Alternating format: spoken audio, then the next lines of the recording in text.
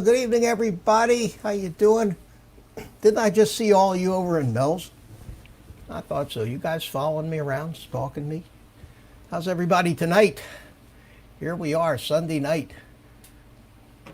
They all kind of blend in together, don't they? I know when you're retired, the weekends are no big deal. In fact, I prefer weekdays because when the world is normal and you go out shopping, there's not as many people in the stores. So, well, I'll tell you, got an early bird here tonight in the green room. One of the world's newest FPV enthusiasts. Guess who?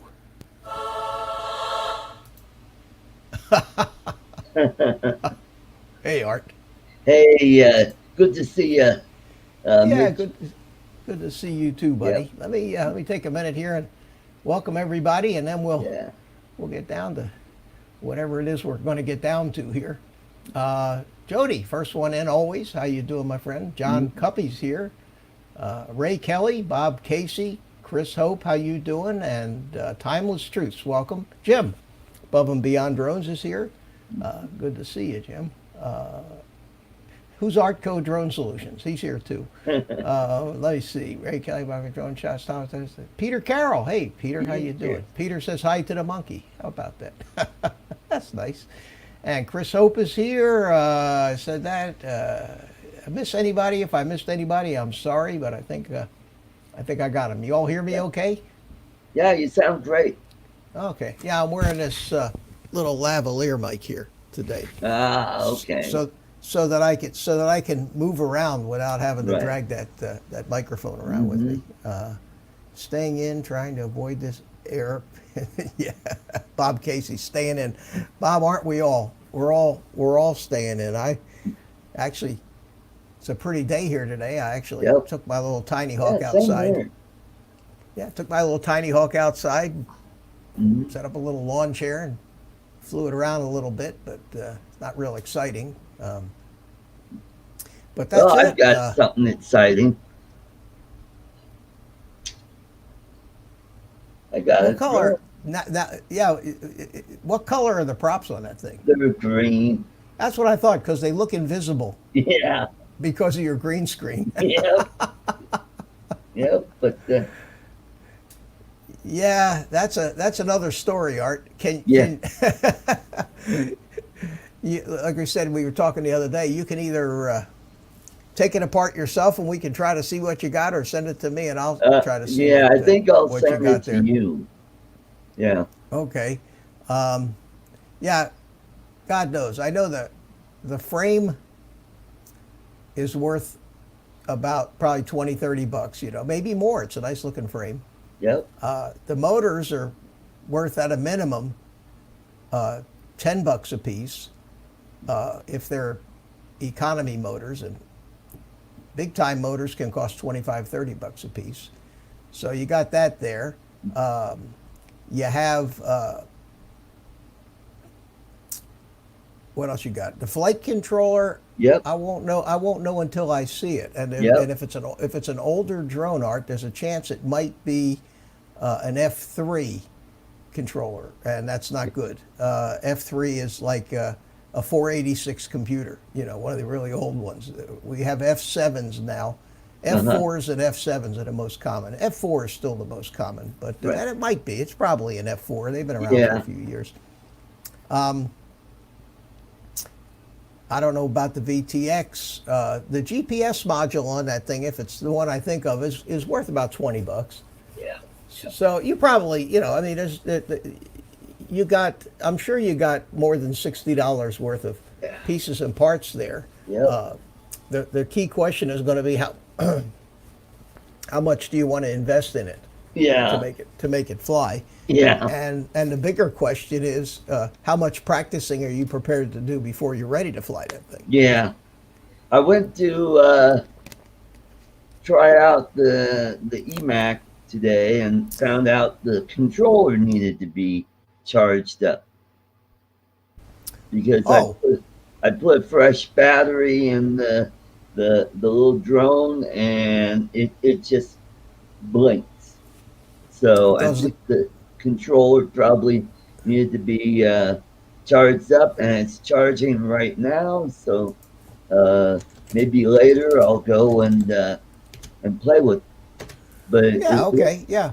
looks like I So got, the controller's got a rechargeable battery in it. You just plug it into USB yeah, to charge it up. yep. Yeah. Oh, Hmm. okay. And how about the goggles? Are they all charged up? They look to be pretty good shape. I checked the battery on that, and it was pretty close to the top. All right, good, good. Yeah, And Carlos is here. How you doing, yeah, Carlos? And Ed, mhm, Love My Drones is here. yep, did. How are you doing? Yeah, Yeah, we got. almost the same gang that was over at my show Yeah, earlier today. it's all the usual suspects. Yeah, You know, we got a nice tight little group of guys, 20, 30 guys yep, that seems to show up at all the shows, and it's nice. yep, It's like yeah. having a little club, you know. Hmm. And I think the majority of the guys that are in this group are not FPV guys. So this particular stream may not interest, you know, a lot of these guys, and that's okay, because Hmm. this is something different. And at this point in my fledgling FPV career, you know, there's no way I'm going to attract any of the big time FPV guys. You know, they look at me and say, "What the hell does this guy know?" so, so we're stuck here with a bunch of us beginners. You know how it is. So Hmm. that's okay. I enjoy it. I enjoy it, and You need to be certainly, flashy and funny, like yes, someone else we know. yeah. Well, And you need to I have a go to a dryer. barber. You need to go to a barber and say, "This is how I got such great hair." I didn't watch that video. I couldn't even bring myself to watch that video. I was, believe it or not, this afternoon, I go out on my patio to smoke a cigar. I got a TV out there, and it has a Chromecast in it, so I can stream YouTube from my cell phone to the Oh, TV. So I cool. sit on my cell phone and I'm looking through the videos to watch, and there was nothing that I wanted to watch in any of my recommendations. Wow. I ended up watching one of these guys that does wood turning. Oh, I don't know if okay. you know how big a deal that is Oh, on yeah. YouTube. My dad was into it way back in the 70s. I Yep. had I had no idea. These guys, one of these guys had a title on his video. He made this vase, and in the title of the video it said the $63,000 vase. Now, Yeah. I I said to myself, it's, you talk about clickbait. You say, what the hell? Right. Turns out this particular video had millions of views, and this Wow. guy made $63,000 in advertising revenue off of this one video. So Wow. it indeed was a $63,000 loss. And turns out some of these guys have hundreds of thousands of subscribers, Yep. millions of Hmm. subscribers. To watch them stand there turning Yep. wood on a lathe, and I said to Yep. myself, I have the wrong hobby. Yeah. And these guys are artists. They take a chunk of wood and turn it into something beautiful. Yeah, they do. My son does that too, and he makes some gorgeous stuff, but Yep. nothing that he's making 63 grand on. Yeah. Let me welcome Mike from Night Train is here. How you doing? I don't think I missed anybody else. Right now I'm showing 13 FPV enthusiasts in the house, and I'm That's, one of them. So no, I may not be listed as one of them because I'm not watching the stream on YouTube. I'm watching it in my the live control panel, and I don't know if that right. counts as a viewer or not. But Hmm. at any rate, it is what it is. So yeah, I sent out some links to everybody. Anybody wants to join in, love to have you. Yeah. What I wanted to do tonight later on, was. I'll go over to the piano and play a tune. Hey, I'm telling you, Art, that's a nice looking joint that you got there. Yeah, I didn't know you lived in that and that garden apartment had so much Yeah, room in it. yeah, it does. It's really Yeah, neat. and the Yeah, fireplace is so cozy. I see that. Yeah, I see that, and you got the built-in lighting and everything. You know, I Yeah. like that. I like that backdrop better than I like the one on the bridge. Oh, oh, cool. Well, because you look like you're at home there. Yeah. Yeah, Mhm. it looks like me with this drone wall backdrop. You know, Mhm. most people thought I was really sitting in front of. I'm Yeah, sitting in that's front what of I it. thought too. I Yeah, thought this these green were screen your, stuff is cool. yeah, your all your drones you But made. that's really what it looks like. I mean, that happens to be in my laundry room, believe it or Oh, not. oh, so you took a Yeah. photo of it and made I took it. a photo Okay. of the drone wall, and I don't Oh, know if you can cool. see it or not, but what I did Yep. was I even set the flying wing down on the little table Oh, there. See okay. it, you Yep. know, and yeah, so that's just a photograph of. Oops, my sliding chair just got caught on the. How about one of these plastic Oh, yeah. things underneath because it's a carpeted room and I can't Yeah. roll around on the Well, chair. And once in I a while, the have wheel gets one. caught up on it. I don't have that plastic thing, so uh, down the road when I move, they're going to say, "What are these dents in the carpet?" Tonight, what I wanted to do, and I don't see Rick Halbur here yet, Yeah. and I was hoping to have him in here because, as you know, Rick sent me, which was the nicest thing, sent me this little Tinyhawk Oh. freestyle edition Oh. as a little gifty, Oh, and cool. I have to go ahead and set it up, connect it to bind it to the transmitter. Mhm. Bob Casey says, "How many drones do I actually have?" Bob, not counting the camera drones. I think 15 of them. Yeah, maybe 16. I don't know. I don't count them, but I think there's 9 on that back wall, 6 or 7 on the side wall there behind my head. I've got another rack I hung up since I took that picture for the little whoops to hang the little Right. whoops up. But yeah, it's a sickness. It's a sickness and an addiction. Yep. So you guys have to. I've always been that way about everything I do. I get caught up in something, then I do it till I get burnt out on it, and then I Yeah. look. Night Train says he's counting camera drones. He's up to like 24. Yeah, Mike, you've got it too, man. It's easy. It's easy. And some of these guys you see on their channels have 50 drones hanging on the Oh wall. But these are boy. the bigger guys like this Mhm. UAV Futures. This guy Stu over in Australia. Mhm. He's got a big channel, so they send him all this stuff to review. So he gets more drones for free than he knows Right. what to do with. So he's got a ton of stuff. And I agree with Ed that it's a healthy addiction. It is a healthy addiction. Yep. So what I wanted to do, I thought tonight would be Right. to go through what it takes to, you get one of these things in a box, kind of like what you did, Art. Yeah. Only this one has Betaflight on it, and it has to be bound to my radio, and I want to bind it to the jumper T16, but it could just as well have been a Tyrannus because it has a Tyrannus receiver built into it. So you have to bind it to something that's compatible with Right.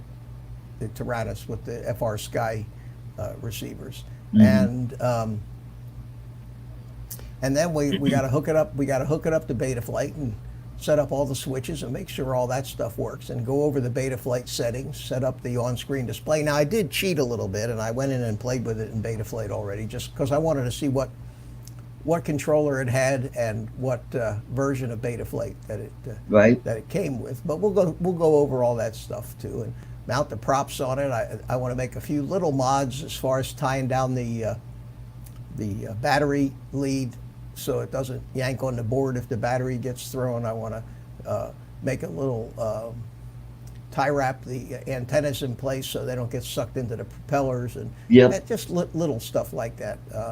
So I got it over here on my table. So first thing I'm going to do is I'm going to make my side of the show a little bigger here, and then we'll go over to the table here. Right. And Art, if you would keep an eye on the chat, I'd appreciate it. Drone Days, how you doing, buddy?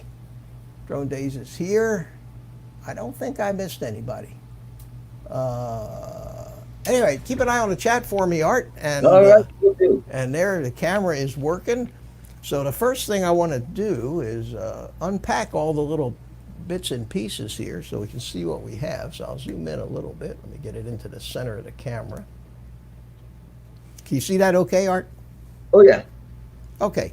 So what we got here, of course, we got the little drone. And again, this thing is, if you look at a Tinyhawk next to it, you can see that it's about the same size. Mm-hmm. The wheelbase on it is bigger than the Tinyhawk, though. So the motors are, even though it's got the same flight controller as this does, or no, not this one. It has the same flight controller as the Tinyhawk 2, and I almost kind of wish that it had the Tinyhawk, not the Tinyhawk 2, Tinyhawk S. Right. The Tinyhawk S, yeah. This is the Tinyhawk 2, and this one has a 200 milliwatt VTX in it, but this one only has a 25 milliwatt VTX, like the original Tinyhawk did. So I kind of wish that they had done it. But this drone has been out for 7 or 8 months now, so right. And this is like relatively new.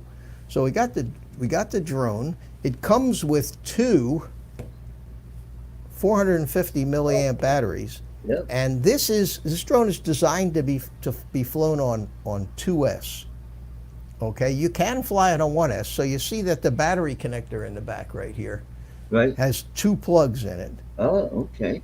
And it just so happens that I have a little 2S EMAX battery that came with this drone, and I only fly this drone on 1S. So I got this little 2S battery, and there's only 1 plug on it. And what these 2 plugs do is they put the 2 batteries in series. So in this little package that you get here of stuff that comes with this, they give you an XT30 connector. If you know you're never going to fly it on 1S, and you have a bunch of 2S batteries already that have the XT30 on it, then you cut this connector off and solder the XT30. So they do give you that connector with it, which is kind of nice. And since the only 2S battery I have that'll fit on this thing is this little one, I haven't bought it, hadn't had the need to buy any little 2Ss.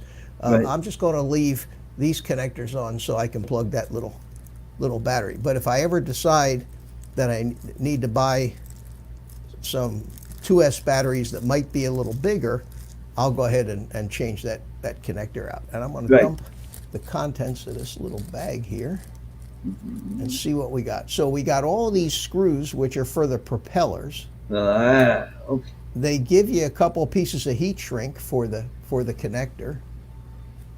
They give you some spare grommets, standoffs, and a few other things. But all those little pieces and parts, most of them we won't need until we're ready to put the propellers on it, which will be the last thing we do.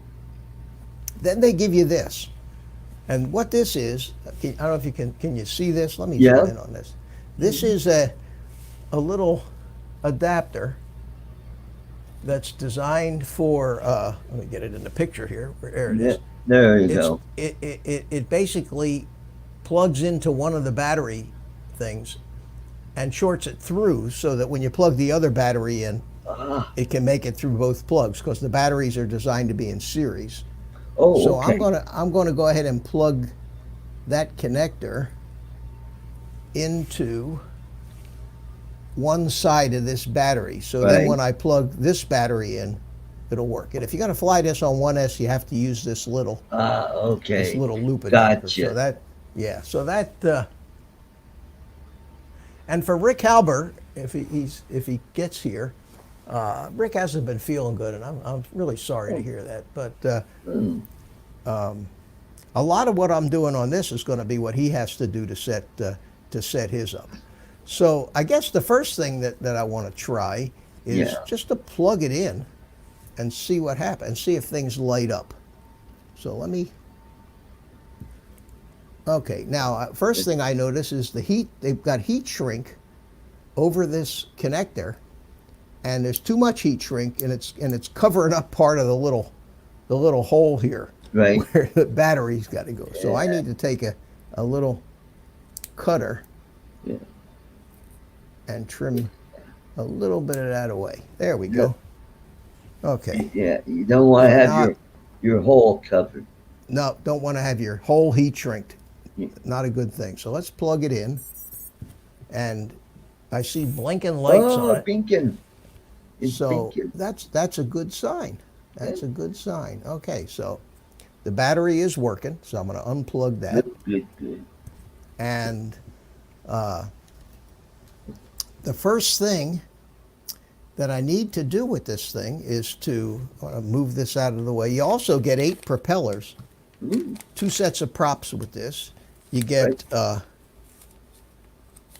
obligatory stickers. Always got to have stickers. And you get a fairly comprehensive set of directions with it too, in incredibly tiny print. Yeah. But this it's a lot more information than I got with this little bugger that I just built. Yep. If you remember, that Tyro Yep. 89 kit came with absolutely no directions whatsoever. So, all right. So the first thing I need to do is I need to get my radio over here. And I'm going to get the instructions, because every one of these things, especially the ones with the built-in receivers, all work differently. So I want to find in here the binding instructions.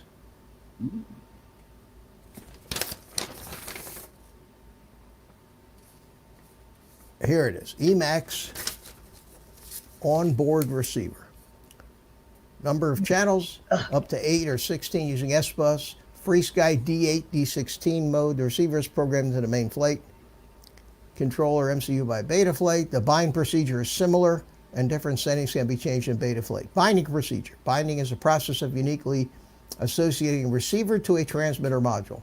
A transmitter module can be bound to multiple receivers, not to be used simultaneously, no kidding. A receiver can only be bound to one transmitter.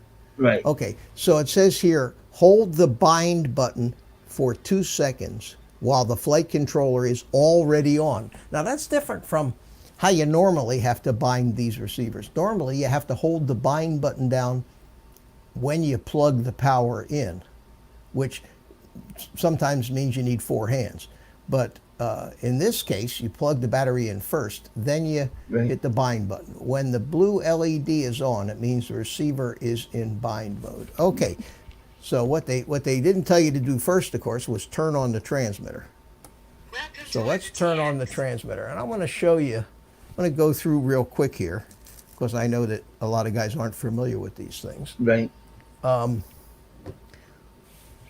What you have to do to your transmitter before you can use the drone with it. So let me get this in here. Right. And zoom in on it even more. There we go. So the first thing I'm going to do is I need to select the receiver. So right now it's set on D8 Betaflight quad, which just so happens to be the model settings that I need for this model. Oh. Now I went through this on one of the past live streams about how instead of having to create a whole new model in my radio every time I want to hook a new drone up to it, I put them into like the categories of types of receivers and then just bind all the drones to the same model. So if this was like an R9 16 channel drone, which I think half of my drones are, I only have to have one of them set up and I can bind all those receivers to that one model. Because remember it said you can bind multiple receivers to the same transmitter, but you can only have one transmitter bound to a drone at a time. So this drone would not recognize anybody else's transmitter but this transmitter will recognize any drone that I bound to that particular model. I don't know if that is confusing or not. Tell Mitch there's an easier way, Art. Yeah, I know there's an easier way. I know you can go into CLI and type RX bind if that's what you're talking about, Carlos. But this is I wanted to show everybody, and you're right, but I wanted to show everybody the bind button, because most guys that are first starting this would have a harder time doing it through the CLI and Betaflight than they would just by pushing a button, especially when you can push the button when the thing's already powered up, so you don't need four hands. Now there's a little picture in here. Yeah. So what I did was, because you got to find the bind button on this thing, and I mean this thing is very tiny. It's got all kinds of stuff. So they show you the top and bottom of the flight controller board, and the biggest clue as to which way is what is the USB port. And the USB port, I don't know if you can see it or not, it's right there. Can you see that little silver? Yeah. Is it showing up? That's the USB port. And the bind button is on the bottom of the board. It shows the battery leads coming in from here, which is this side. So that means the board is this way.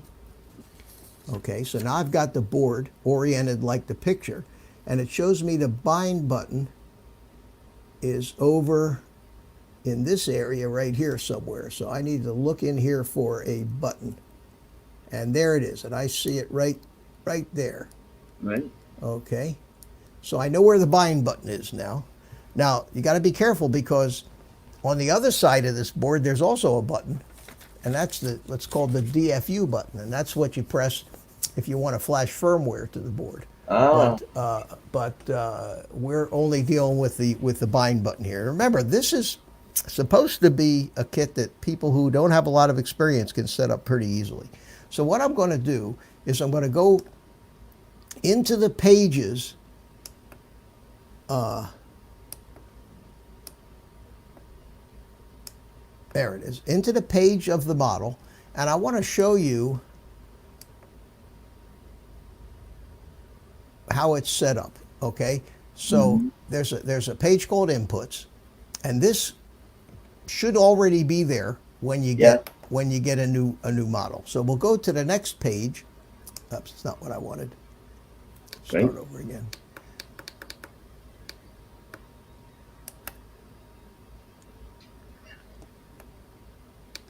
What's going on here? I don't know. That's weird. Yeah, it should get out of it when I press that button, but it's not getting out of it. Something weird. There you go. Now you. No, that's working, but this button should go back. So, so that's very strange. Yes, it is. Yeah, it is. So what I'm going to do is I'm going to power this thing down and reboot it, because it shouldn't do that. I might have hit something wrong there, but let's start over again. Don't want to do that. It only happens when you're live, you know. Yeah. You're live in front of the world. Okay, so let's go to this, and let's go to the mixer page. And here you can see that I have the 4 flight channels. And for this particular drone, you need 4 auxiliary channels too.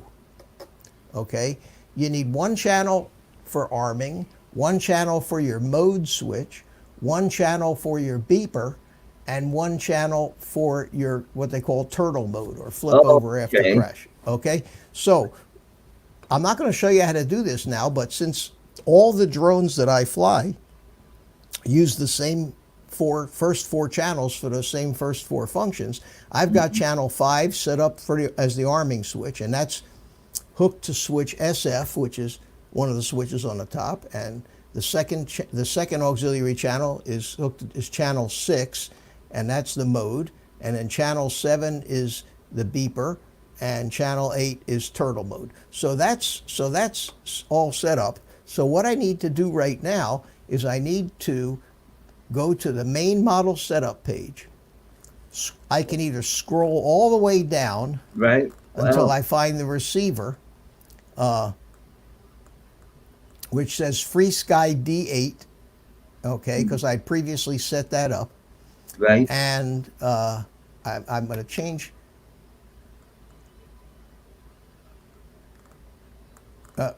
I will leave that the way it was. It says channel 1 through 16, even though it's 8 channel. And then I go over here to bind. Right. Okay.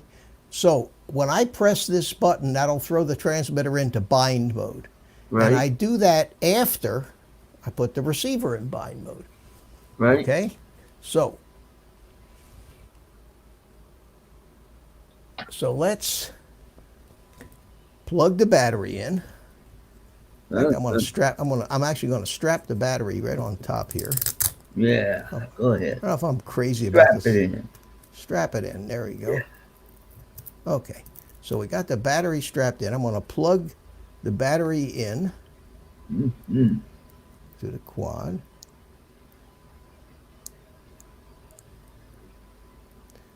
Easy for me to say. Yeah. There, I heard beep. Now I'm going to flip it over. Flip it. And I'm going to look for the little bind button again, which is right here. And it actually says bind. It says bind right there. And I'm going to press the bind button with this wood thing. And I should have a blue light. And I do. I see a blue light on there. Then I press the bind on the transmitter. And it makes its little binding chirping noise. And the little blue light is blinking. Yep. So we'll let that go for a few minutes, and that stopped. Now I unpower the drone. Okay. Telemetry lost. The fact that the transmitter just told me that the telemetry was lost meant that it is bound because it knew it had a receiver that I just unplugged. So now I'm going to plug the receiver back in. I'm going to plug the drone back in. Telemetry recovered. And it said telemetry recovered. So I should have a drone with the receiver working. Okay? So that's all there is to binding the transmitter. So we're going to back out of that.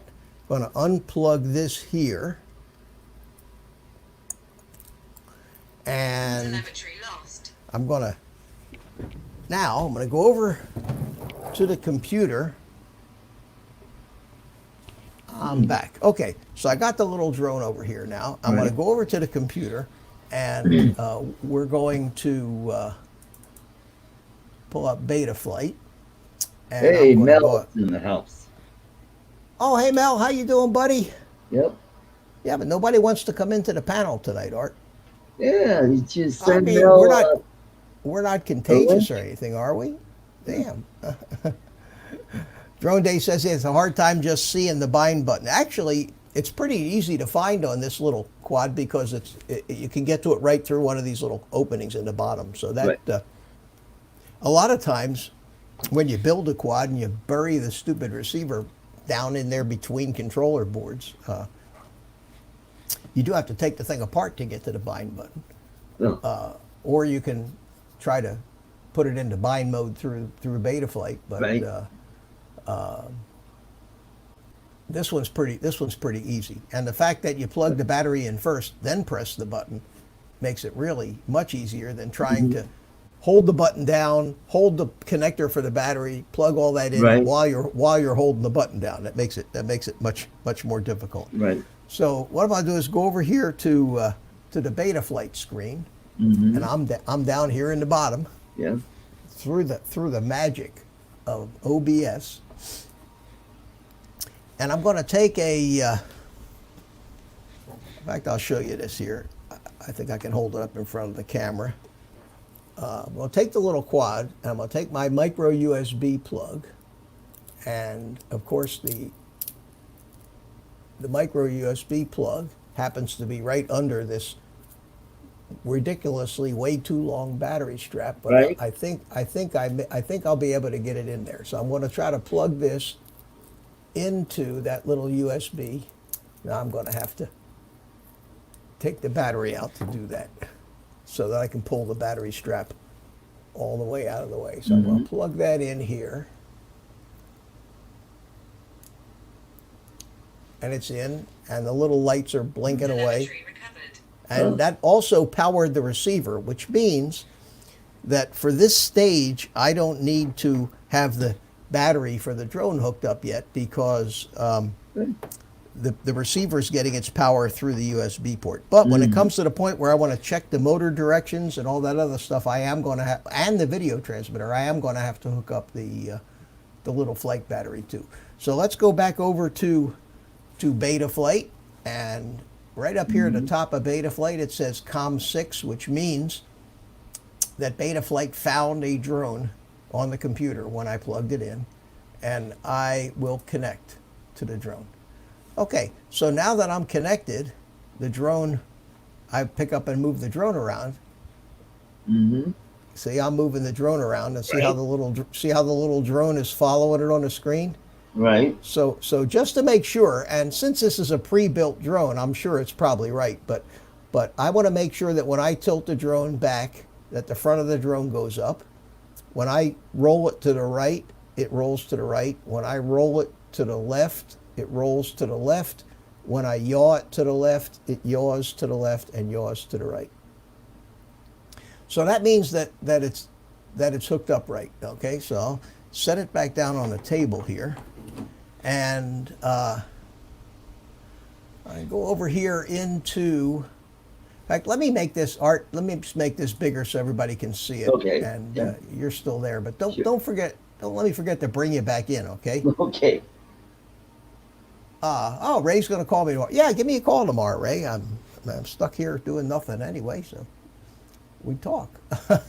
Night Train, what if it doesn't find it?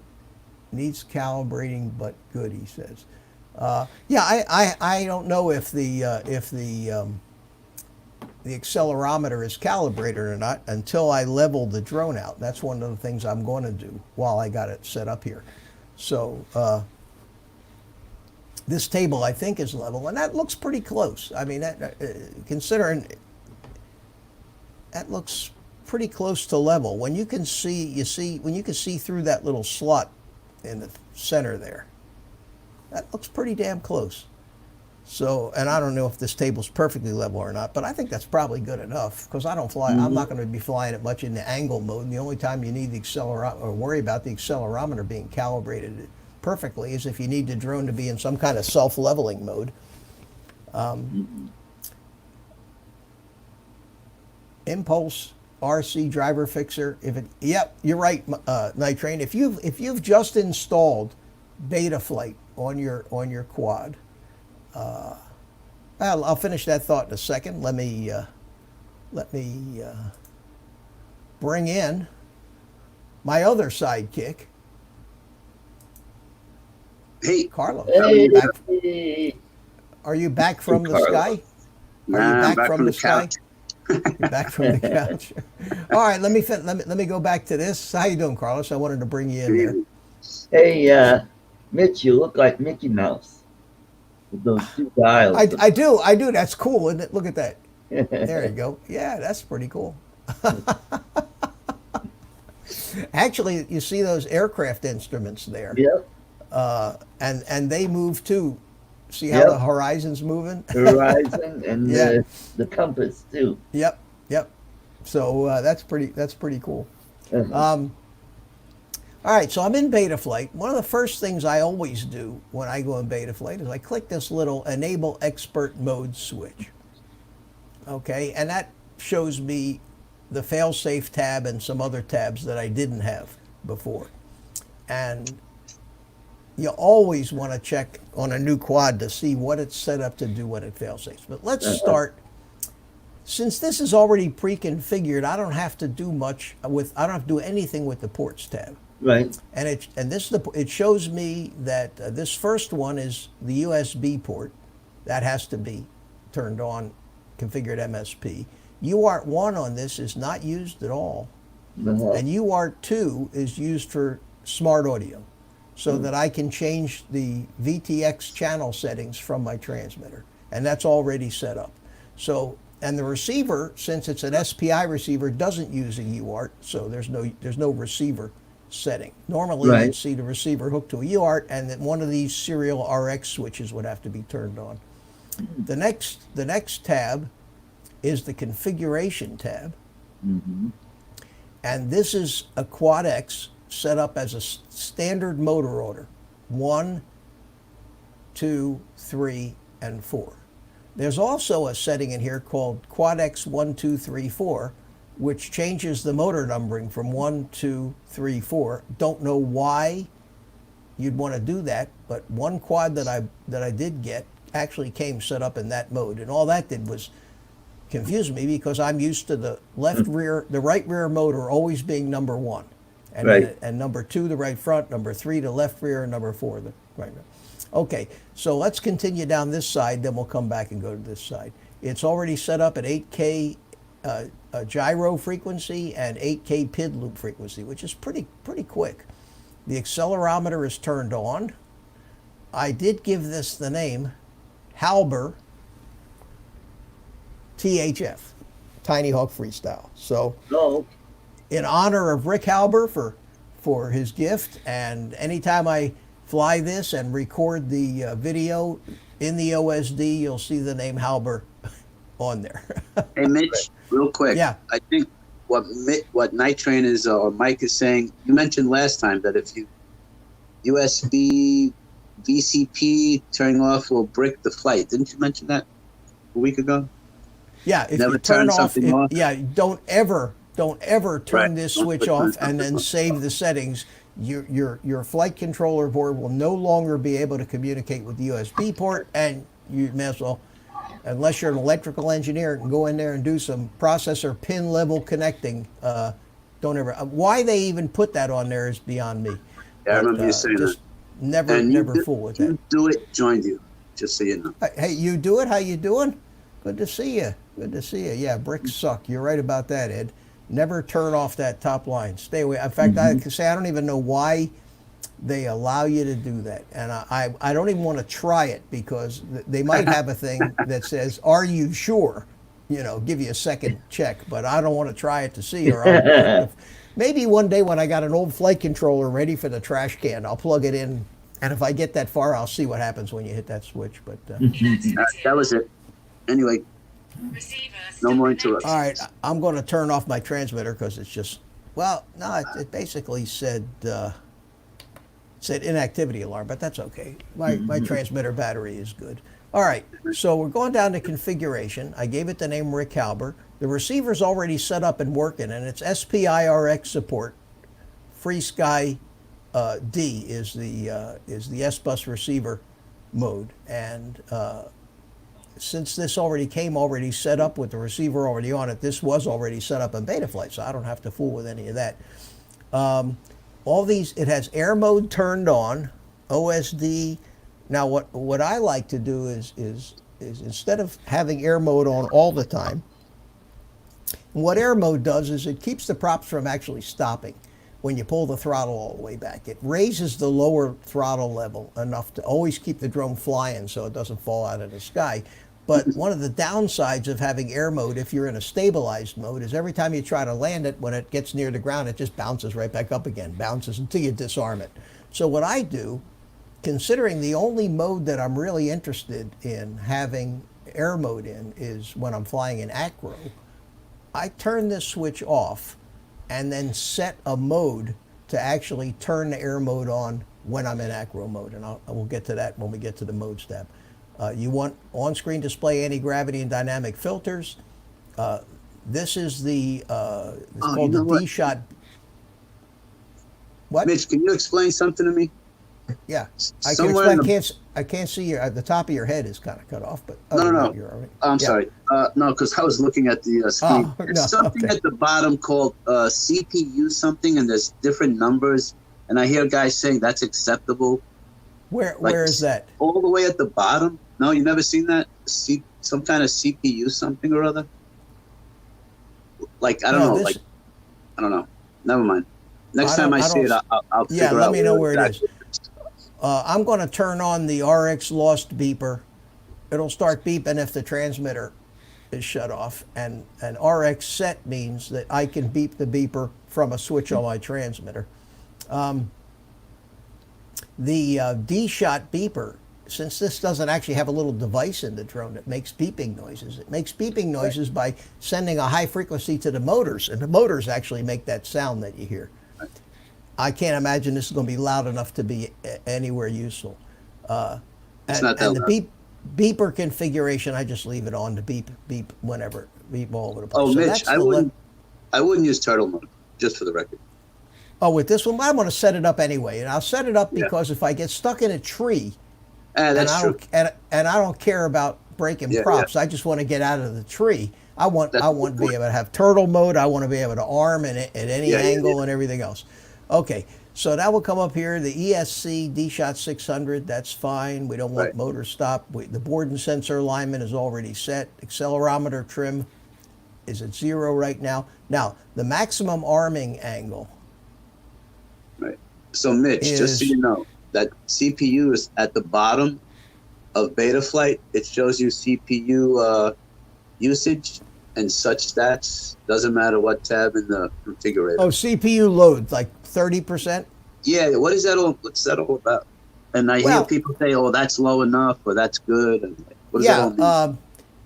Let's suppose that you got a F4 flight controller, and you start you're hooking a GPS to it, and you're hooking a barometer to it, and you're hooking a magnetometer okay. to it, and you've got it set at a PID loop frequency too high.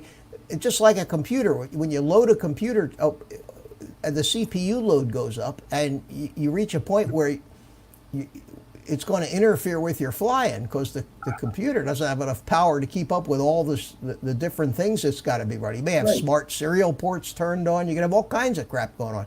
So that's what now I know what you're talking about. Yeah, that's just a running code. So this CPU is running at 30% right now, but the quad's not running. So if I turn the motors on, it'd be interesting to see what that does.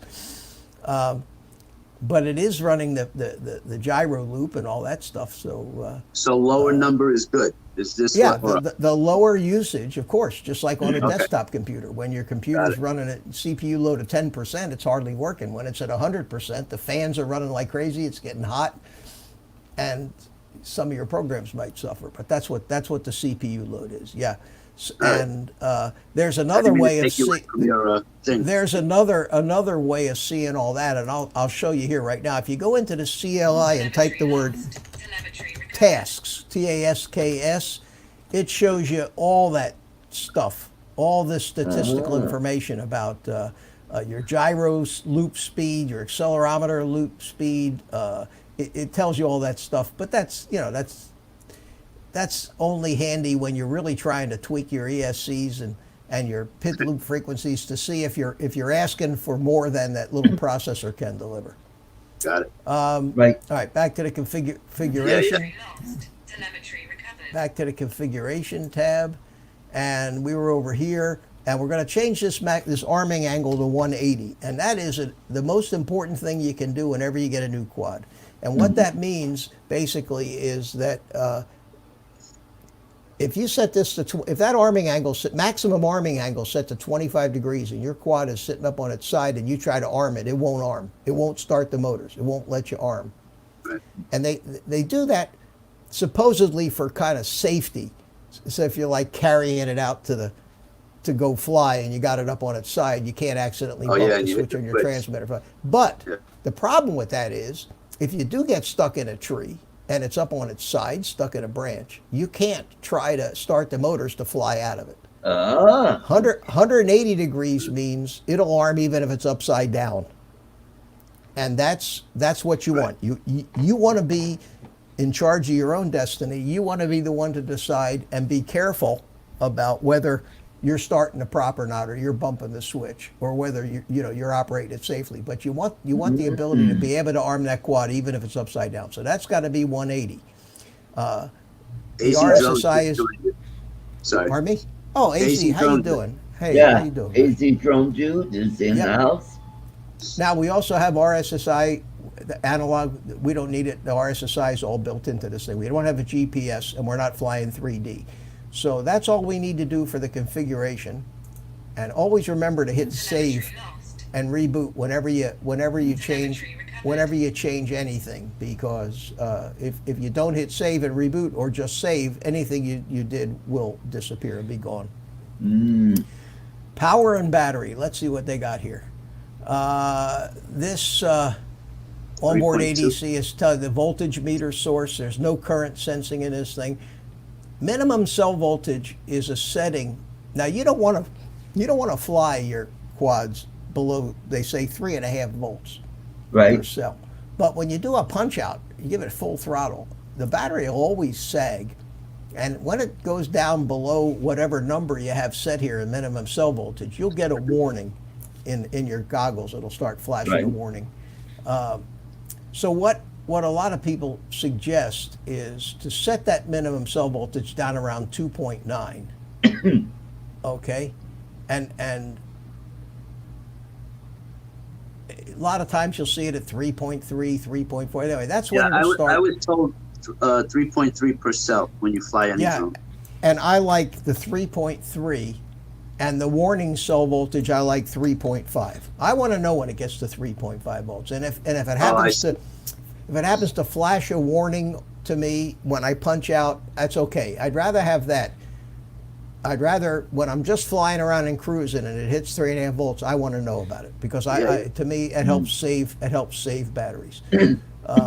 It's kind of like your return to home time. You know how much battery. So these the voltage meter settings scale here is if the voltage reading you're getting in your OSD, it doesn't match what the real battery voltage is. You can adjust this scale by a point or two up or down to make them both agree. So now I'm going to hit the save button, make sure that those changes that I made.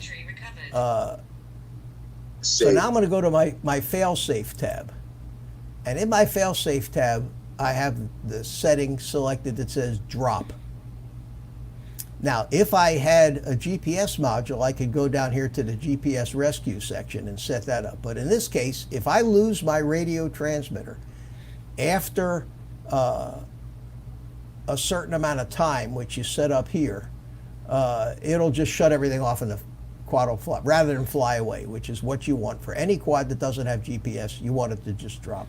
So that's okay. That's all. This page is all set up right. PID tuning, not ready for that yet. But just my a receiver, quick comment that Ed says that he uses the 180 also so that he can sometimes find the quad in low grass. He'll just turn on the motors just for noise, because those beepers you don't always hear. Yep, you're right. You're right. So I just always, wanted to I mention mean, he said that. 180 is always use 180. Now, what I did now, I'm in the receiver tab, so you can see that when I move my throttle, the throttle moves up, and this stuff was already all set up from before. My yaw, and since I had already set the endpoints in my transmitter, the first time I set up a model with this FreeSky D8 receiver, those endpoints are set, so I don't ever have to do that again. It goes to exactly 1,000 on the low end, exactly 2,000 on the top. And if you can see right here in the middle shows you what the number is. See where I'm pointing at right there? Yep. And roll and pitch. And you can also see down here, this little quad will do what your stick, and you can actually see how fast your quad's going to respond. If I move the stick all the way, that's my maximum roll rate. And we can see what that is Oh, so that's real time, so to speak? That shows you exactly what you could expect. Oh, that's cool. And pitch, and if I pull the pitch stick all the way back, that's my flipping rate.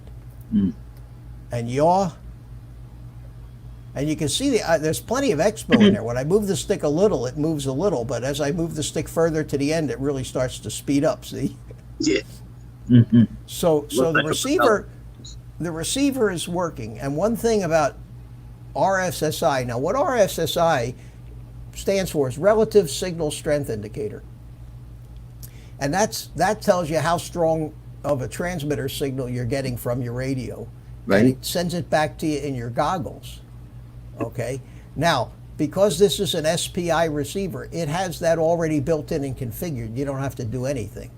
But in most cases, you have to either have the right firmware on the receiver to send an RSSI. And the way they usually do that is they use an unused channel in your radio. So I don't know if you've ever noticed this, but with some of my other quads that have other receivers, and the RSSI signal actually comes from the transmitter through a receiver channel, you'll see one of these bars kind of bouncing around up here. And then you have to go up here and tell which one of the auxiliary channels is sending the RSSI signal. But in this case, it says disabled because this doesn't use that type of protocol. So my receiver is working and it's set up. Okay, now my switches. My arm and disarm switch is aux1, so I'll test that. That's aux1. My mode switch, and endpoints are not important on anything but the flight controls, the three flight controls. And my beeper switch is back here. That's aux3, and aux4 is my turtle mode switch. Okay, so that's working. And to show you if you can see which switches I'm hitting, even though it's a little picture, this switch up here is the arm switch. So as I click that, you can see aux1 moves. This switch right here is my mode switch, and that's a 3-position switch. My beeper is this momentary switch back here, and as I push it, you can see that the thing moves up. And the turtle mode switch is this end switch right here. And and once you start using a certain convention of switches for functions, always stick with it. No matter how many quads you have, always use the same switch all the time. And then you don't have, and pretty soon it becomes second nature. When you're flying, you don't have to think about which switch you want to put. You like. Have you ever disarmed a quad by accident? No. I have. It sucks. Anyway, go ahead. Yeah, I'm sure. Yeah, because to try to get it rearmed it would probably be fun. Yeah, and Night Train says all the quads are programmed the same, and I agree with that. I think that's the best way to do it. Once you decide what you like, stick with it. And the way I've got this thing seems to be what most of the stick positions that most of the guys out there seem to be using. All right, so that's the receiver, and even though I didn't make any changes, I'm still going to hit save. Telemetry recovered. Now, if remember when we went over Betaflight, we had the modes tab. Right. And this is already set up. And it just happens to be set up exactly like the convention that I use. aux1 is arm and disarm. So you remember this little yellow tab right here? Yep. See what I'm pointing to? When I hit the arm switch, that tab moves all the way to this end. And as long as that tab is inside of this slider, it will arm. If it's outside of that slider, it's off. So anytime the little tab is in the yellow, wherever you position yellow, that's how you tell it it's on. Now, it's got angle mode here, but the way it's sitting right now, the quad would be in acro mode because this yellow tab is not inside this yellow slider. And yet I want this position, this upper position of the switch, to be angle mode. Okay? So I'm going to move the slider all the way down here. So now, and I save it. Now you see that angle mode is on Telemetry recovered. when that little button is inside the yellow. This lights up. See that Okay. Oh, I see. middle position of this auxiliary 2 switch is in the horizon line, and that was already set up. They just had it backwards. They had it set up acro first, horizon, and then angle all the way down. I like it just the opposite. I like it to start in angle. In other words, that's when you first turn it on, all the switches are up. You're in angle mode.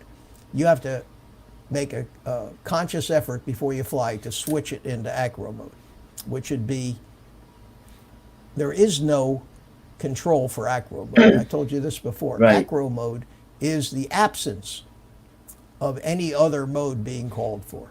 If nothing else is called for, you're in acro mode. So that's acro mode. There's no yellow, no nothing anywhere on this switch. If that switch is in the center, now you can hook up any number of these different things to the same switch. Okay, if I wanted the beeper to start beeping when I was in acro mode, I could go down to the beeper tab, tell it when aux2 is in a certain position, start beeping. So you tell Betaflight exactly what you want each switch to do. Now remember I said that I wanted air mode to be on when I'm in acro mode. Remember? I didn't want it on all the time. So what I need to do is I need to find the slider here Right? for air mode. Launch control, disable, acro, trainer, VTX, pre-arm, camera control, That's not FPV open angle, down. disarm, head adjust, fail safe. This doesn't have one for air No, mode. there's not always. I went crazy looking to that. I wonder why. I wonder why. It may be something about this particular. So I guess this, for some reason, the software running on this particular flight controller is camera control, flip over, pre-arm, VTX, paralyze, acro. That's the strangest thing I've ever seen. Mitch, So you I want to know guess something that you reminded me of? What? I don't have the same quads on all the same like you do. So one time I was flying the Tinyhawk, and then I switched to the Tinyhawk, the black one. Yeah. But I didn't switch it on my controller, and it still flew. So the Well, white, the quad flies, but maybe some of the switches are different. yeah. But I was surprised that it even took off. But yeah. Well, Anyway, that's because the first 4 flight channels are always going to be the same. Now, here's why Yeah. here's why I couldn't find the air mode sliders, because I didn't Oh, turn you- this. I didn't have this turned off. yeah, Okay. Moto is. Yeah. And if air mode is on permanently, why would it want to give you a slider for it if it's on all, if you've told it to be on all the time? So now that air mode is off permanently, now when I go back to the modes tab, I should find an air mode tab. Head adjust, black, there it is right there, air mode, see it? So that's why I couldn't find the air mode, because it was turned on. So now I will add a range for air mode. I want it to be on my arming switch, okay? So I can just click my arming switch and it automatically found it, aux2, and acro mode is going to be when aux2 switches all the way down at the end. Remember, where there were no other modes called for, see? Right. And that's where I want it to say turn on air mode. So what that does is when I'm in horizon mode, no air mode, because the little tab is outside of this slider. When I'm in angle mode, aux2 is down here, no air mode. But when I go into acro mode, air mode turns on. See? So that way I know when I'm in acro mode, I got air mode turned on. When I'm in a stabilized mode, air mode is turned off. Now, it doesn't hurt to have it all the time. It just makes it next to impossible to land. Flip over after crash is this switch here, and that's already set up. I just like to narrow these things down a little. It doesn't make any difference. It makes it easier for me to see. So that's set up. I'm going to hit save. So all my mode switches are working right now. Telemetry recovered. Okay, so the next thing I want to do on this little quad, well, let me just take a little break here for a second. I was going to say, Ed said thank you. You taught him something. Oh, You cool. learned Okay. them something. Well, most this stuff that I'm going over here is real basic stuff. For the most part. But you got to do it a few times. But it's the first thing you need to learn. And remember, this is Right. there's guys that are in the chat here that are much more advanced FPV guys than me, but somebody's got to go through this, and gives me a way to build watch time. Gives you a way to hang out with the boys too. Yeah, fill up some of that. By the way, I was life some of in that Florida Chinese these virus days. time. What's that? Yeah. What did you say? I was life in Florida these days. You staying? Oh, life's pretty good here, indoors buddy. for the most part. Good. Yeah. Yeah, I went to Sam's Club a couple days ago, and it was crowded, but it wasn't crazy. And they have a limit of one There was item, product. one item of everything. That's it. You can't buy more than one of any given thing. If you tried to buy 2 loaves of breads, the register would not take it. It would tell you had to put it They back. got bread. Oh, it's Sam's Club. I thought you. Yeah, Oh, anything that you buy, you can only buy one of. So they had plenty of stuff, plenty of food, plenty of everything. It wasn't bad at Yeah, all. They gave there's when plenty you of walked in, they gave you a couple of sanitary wipes, wet wipes, and you could wipe down the handle of the shopping cart right off the bat. So it wasn't bad, and Good. I Good, went. good I news. went. I went out and flew outside my house. Flew my little Tinyhawk a little bit today. Nothing worthy of even showing you a recording of it. It was just having a little fun flying. Did you around. have fun? Oh, I did. That's Of course I did. It was a gorgeous day. And I may go to. We're not quarantined or anything here. I can get in my car and drive to the park and fly. I may do that tomorrow morning. I just had Definitely. I had a lot of computer work I had to do today, so I spent most of the weekend I'm going around to the work house. tomorrow. Good for you. Good yeah, for you. same. Absolutely. And believe it or not, I'm considered an essential worker as far as Essential. government. Well, of course, Yeah. the fish will die if you're not working. So, Exactly. Health, Yeah. animal health services. damn right. It's- damn right. it's- All right, let me go back. Let me go back to Hey, this Mitch, here. Yeah. I got a scoot here. I'm gonna get ready to go to bed. I gotta go to work. All right, Art. Well, good. All right. Good Well, to you're see working? you. And if you want to send me that drone, you have Yeah, my I address. will. You have my address. If not, I'll email it to you. Text me and I'll. All right, I'll do that. And you just send it slow boat. Don't send it the cheapest way you can send it. It'll get Yeah. here in a week. No rush. Okay, Okay. All right. sounds great. All right, buddy. Take care. Thanks for coming in. All right, bye bye. Adios. Okay, Art. Take care. All right, so that leaves you and me, Carlos, and let's go back to. Let me go back to this. So you're still there, but the next thing we're going to go down here, and let's go to the motors tab, okay, and see. I'm pretty sure that they wouldn't ship one of these little things with the motors hooked up wrong, but I want to check No, just to everything be worked sure. out. Yeah. I want to check just to be sure. So with that being said, what I'm going to do is I'm going to take the little drone and I'm going to plug the battery into it. Plug the battery in. And it all lit up. Okay, I'm going to set the drone down. I'm going to go over here and say, I understand the risks of starting a drone in the house and there's no propellers on it. And I'm going to move the master slider up. And can you hear it? Yes, sir. It's actually, you're going to like this. This is a very quiet drone. Oh, quiet. it is. The motors are quiet. Okay, but what I want to do is I always like to check and make sure that all the motors are mapped correctly. Now, I know they are on this, but motor 1 is the right rear motor. That's spun. Motor 2 is the front right motor. That's spun. Motor 3 is the left rear motor. That's spun. And motor 4 is the right front motor. Now I'm going to turn them all on very slowly. And I'm going to take the drone and I'm going to make sure that to make sure all these motors are spinning the way they're supposed to be. And this motor is spinning counterclockwise. This motor is spinning in this way. This motor is spinning in this way. And this motor Whoa. What's the matter? That motor's backwards. What'd you do? They actually sent me a quad with one of the motors reversed. See? And if I hadn't checked this, the first time I went to try to fly this, it would have flipped out. This motor is right. This motor is right. This motor is right. No, it's right. It's correct. I'm sorry. Sometimes, you know, Carlos, it's hard. It's hard to tell sometimes if you know, by feeling them.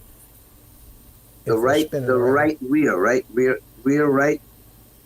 rear right turns right, something like that. The rear right turns clockwise. Right. The rear left turns counterclockwise. And then the front left turns clockwise. The front right turns counterclockwise. And they're all spinning in the right direction. Okay, so I know that the motors are spinning okay. So that's good. So we checked that. And the next thing we're going to do is we're going to set up the on-screen display. And I told you I had been playing in here for a little while, but I'm going to turn on the on-screen display. And I'm going to go over here and turn on my little radio, my little receiver here. And put my headphones back on. And we can see that receiver. I can see that receiver right there. See it? If I take the lens cap off the camera. Right. So this is, hey, there I am. So now I'm actually, you know, I got a mobile camera now, you guys. You can see my whole setup here. So this is working, but in order to see the on-screen display layout, I would put the lens cap back on. It makes it much easier to do it. Now, interestingly enough, it says that this is on race band 4, okay, and yet I'm seeing it. The reason I'm getting so much noise is because I'm on 3, but I'm off channel. But luckily it's still working. Okay, so what I would normally have to do would be to find the channel that it's on by scanning on my receiver or my goggles, and then change it to the one I wanted once I could see the on-screen display. Luckily, I'm still getting the on-screen display. So what I do is I move the transmitter, the throttle stick up to the center. I move that to the left and push up on the right stick. And that takes me into the on-screen menu. And you can do this right from your transmitter. The right stick now controls the motion of the little tab on the left. See it? So what I want to do is I want to go to Features and move the stick to the right. And then I want to go down to VTX SA for Smart Audio. TR means tramp. And move it to the right. And I want to change it to Band Fat Shark, which is what I fly on. Channel 3. Whoops. Channel 3. And then I want to go back down here to Set. Confirm yes. Telemetry lost. Now you see how much recovered. you see how much better the image just got, because there's no noise now, because now I'm on the same channel that the receiver's on. So now when I take this off, I should get a pretty solid picture. So that's good. Okay. Now that I know I'm transmitting, and I will exit this back, and you do all this with stick commands. Yeah, when I came across and I learned about this is a beautiful thing. Telemetry lost. Telemetry recovered. The smart audio is. Now you see that my RSSI over there says 94. If I move the radio around, it changes. See, it says I got 4.14 volts per cell, 8.29 volts total. My timer is at 0. It says Are you gonna fly with all that? Yeah, it says Halbur THF, and my channel is F3.1. Now, if you look over at the Betaflight setup, of the on-screen display, that's where it shows all of those things set up there. See? And the warning in the center. So this is where you would go in, and if I wanted to have, for example, let me see what I could put in there. I could put any one of these things on the left. I'll tell you up top is the crosshairs. Compass bar crosshairs, yeah. So that'd put a little That'll give you like a crosshair in the center center. Yeah, but right now it's right where the low voltage is. There it is. And does right it there. already have modes set? Modes tab? No, and I want to put that in there. I want to put modes in there so I can see what modes I'm on. So that'd be flight mode, fly mode, and that will. I think they all start off in the middle here or something. The only thing I do is There the it low is, voltage. and that would be fly mode, which says stabilized mode, which is what it's in right now. So I don't particularly. The crosshairs are okay, I guess. We'll put No, crosshairs. you just said that you wanted to see something. I just chose. Yeah, and that's the warning, low voltage. I do want that to flash up in front of my face when Really? it comes on. Yeah, I want to see. I want to see warnings. Normally, you won't have any, so it's okay. What I don't need is I don't need the battery voltage. I only need the cell voltage. So I'm going to take the battery voltage out and move that down. All I care about is average volts per cell. It's much easier to keep track of. You don't have to do any mental math dividing the number of cells. You want to know when you get to 3.5 volts a cell. It's when it's time to land. I've got my channel over here, which is always good to make sure your goggles are tuned to the same channel that this tells you your transmitter's tuned to. Mike wants to know if you have a fan on your VTX. No, this is only a little tiny 25 watt VTX, and it isn't really getting warm. Yeah, this thing is okay. It probably won't overheat.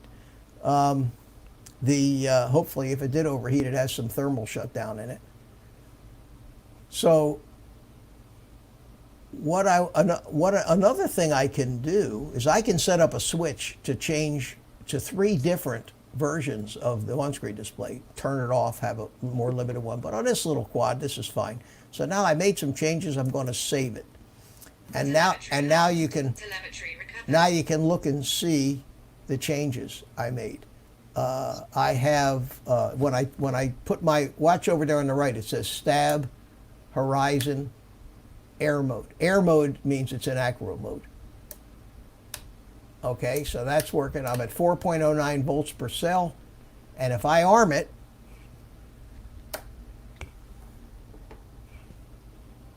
I armed it, but I didn't have any. I had the throttle too high.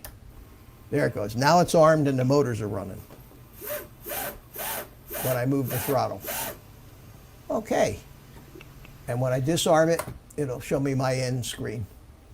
Minimum RSI, total arm time, minimum battery, and my current battery. So that's set up. So this quad should be ready to fly. You're ready for well, other than props, you're ready for a night flight. Yeah. We'll wait for you to put them on. So now what I'm going to do is I'm going to unplug the battery from the quad. Fly. I'm going to I already saved this in Betaflight, so I'm just going to disconnect from Betaflight here. I'm going to unplug. Telemetry lost. Okay. And now we're going to go. I'm going to turn off Mitch, my radio. did you put a tie wrap on your No, I haven't done any of that. Haven't done any of that yet. Gotcha. That's next. Now we deal with the physical quad, and we go over here, and now it's time to do that kind of stuff. Okay? So the first thing that I want to do is I want to tie this to the quad somewhere so that if a battery gets thrown, it doesn't yank this whole thing off the flight controller board. Although there is a tie wrap right here. Is it already on? See it? Yeah, there's one down here on the frame, and the I put one on anyway. I don't know if you can see it, but the this goes through that tie wrap. Now, whether this is going to be able to move far enough, but I think it might not be a bad idea. Well, let's do this. Put two batteries in. And let me put test this it. battery. Let me put this battery. It's in here. awkward. I'll tell you that much. The two batteries. Well, no, I got this little 2-cell that came with my Tinyhawk 2. Are you laying it flat or standing it up? I laid it flat. I mean, I'm planning it. If I like if this thing turns out to be something I fly a lot, I'll buy maybe 3 or 4 500 milliamp 2-cells for it. You know what I mean? Or 600 milliamp 2-cells. Yeah, and then switch it out to an XT30 connector. Because I doubt I'll ever fly this on 1S. So I go through all this business with the jumper and the plug and all that other crap. No, you don't need the jumper. You just fly with the two 450s or two 650s. Yeah, but in this case, I got a 2S in here, and it's only got one wire coming out of it. How'd you get that? That came with my Tinyhawk 2. Oh, that one. All right, I understand. Yeah, it's only a 300. It's only a 300 milliamp, yeah. but it's great. Doing. It's great for testing like this. Yeah, you know, maybe wouldn't give you very much of a flight, but so what I'm thinking is if I tie this to this post here, will I have enough to bring it back around and connect it to this wire? I did it. I think You tied it. Did you tie it to this top piece here, or did you tie it to one of the posts here? To the post. To the post. All right. So let's get a tie wrap. Get a tie wrap, and we'll tie it. We'll tie it to the post here. And I think that's the receiver antennas in the back. Yeah, right? that's the receiver. The little this Now little somebody came up with a good idea. He actually has it tie wrapped to the frame and pointing down. Yeah, well, basically, what I saw somebody did was took it out of here. And brought it up in the middle. Yeah, and took it out through the bottom. Oh, it's to the bottom. Okay, good. They did it. I think that's going to work better. They did it like this, and it's laying out the bottom now. See. Right. So it can't get caught up in the propellers. Right. And it just drags behind. Another guy I saw stuck it up this way, and shrink wrapped it. Did it to a tie wrap, going straight up. So let me see if this is here. I'm going to go down. I'm going to try it down because I tried it up and I was getting a little bit of interference. Yeah, I was going to say I think it'd be better if it's pointed down. Yep. But how much trouble is it going to be to plug this one battery into this? Let me see. With it tie wrapped like that. You know what? No matter how, it's tricky. I find it tricky no matter how you do it. I don't like this big this big. Yeah, I don't like this, but yeah, I can plug that in like that. That'll work fine. There we go. Yeah. So, and that's not going to be able to get anywhere near the prop. So that's fine. Receiver antenna sticking out the back. This is tie wrapped up here to the post. So we'll cut that off. And that's about it. This thing did you tie wrap this up or just leave it sticking out like that? The VTX No, antenna. I just left it up. I just left it up. Yeah, I mean, it seems to be pretty stiff. It's and you know what I do? I don't know if it sounds that's silly. Already there is a tie. There's a tie wrap under. It is heat shrink to a tie wrap. There it is right there. This little tie wrap. I don't know if you can see it, but it's coming right out, up here, and it goes in here, and they heat shrunk it to that tie wrap. So that gives it a little. Yeah, that'd be fine. That's good. And the receiver antenna, we'll just leave that out the bottom. Yeah, I'm going to do that next time. Okay, so let me unplug the battery from this. Yeah, I'm going to get some batteries with some, and put an XT30 on this thing. Get rid of this brick they got back there. All right, so now we got... Those are the solid pin ones that are supposed to be better. Yeah, they're supposed to be better, and from the videos I've seen of the guys testing it, I think they are better. So let's get some props going here. And let's see what we got. We got, these are some they're interesting shape. They look like a weapon, don't they? Yeah, it's a ninja star. Oh man, they're got sharp little tips. I'll tell you what, when these little tips hit you, you could cut the hell out of yourself with this thing. You'll feel it. Anyway, so here's the front of the drone looking at me. We need the leading edge in on this one.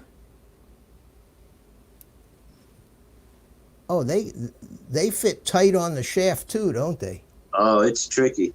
You have to push it down and line up the. I see that, yeah. So let's see where the holes are. The holes, well, there's 4 holes. Yeah, but you obviously you only use 2. Yeah, obviously. But man, it's tight on the shaft. But you can still spin it on the shaft. That's okay. You can spin it down and push.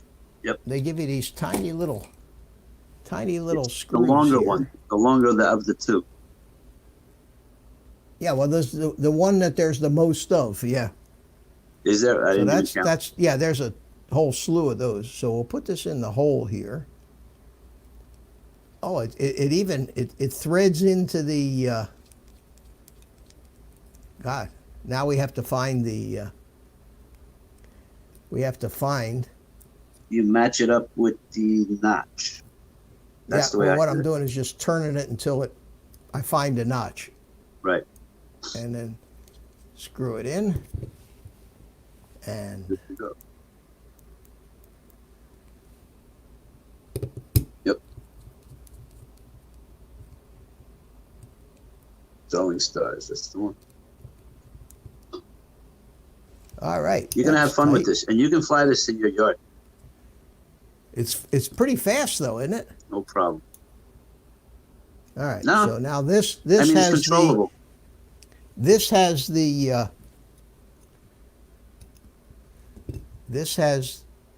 leading edge in, and 2 screws here, and now I have to turn it till it finds a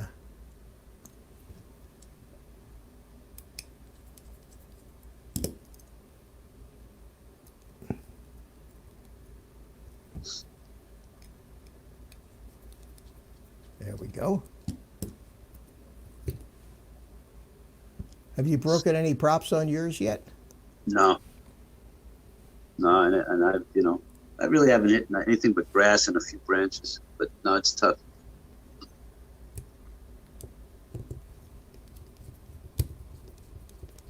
Yeah.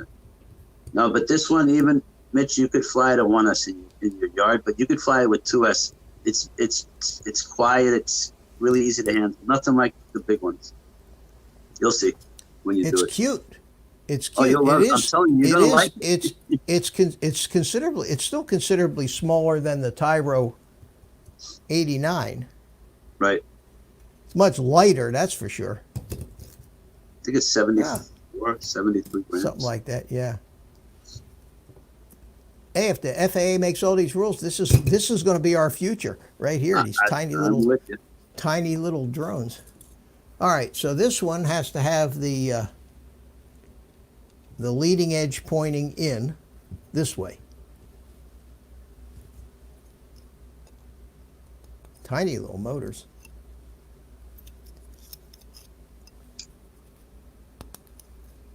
Okay. Yeah, you're gonna like it. Easy to fly.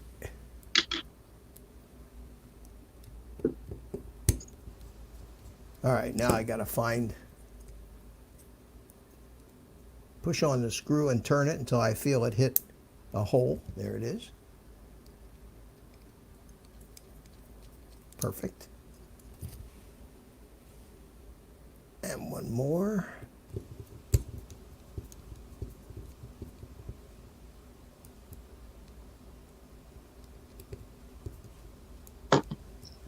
And the last one is this way.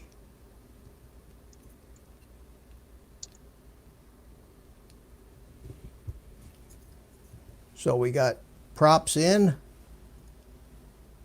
correct? Yep. And screw the last one in, and it's ready to fly. I want to take a. I haven't taken a look at the PIDs, but I'm not going to do anything. I'm going to try to fly it on the rates and PIDs that it comes with. It's first, gonna so. be no problem. You're gonna like it. There we go. I'm glad that these things have screws in them. I hate these little push-on props because they start to get loose. You got to throw them away. Yeah. Like this little bugger here. It's got the push-on props. Oh yeah, mate. Yeah. You know what I used? Elmer's glue. Well, these have push-on props too. The Tinyhawk has. Yeah, push-on but they're props. a little snug. They have that little triangle kind of thing. But I like the ones that have the two screws in them like this.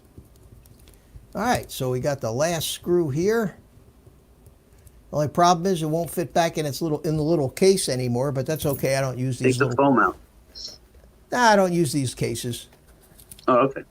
I don't use them anyway. I keep them to store all the stuff that comes, the spare prop. Although, you should probably, if you go out flying, have the spare props with you, I would think. What good are they at home, huh? Yeah, so here's that, and then I'm going to take this little bag and put all the spare parts back in the little bag.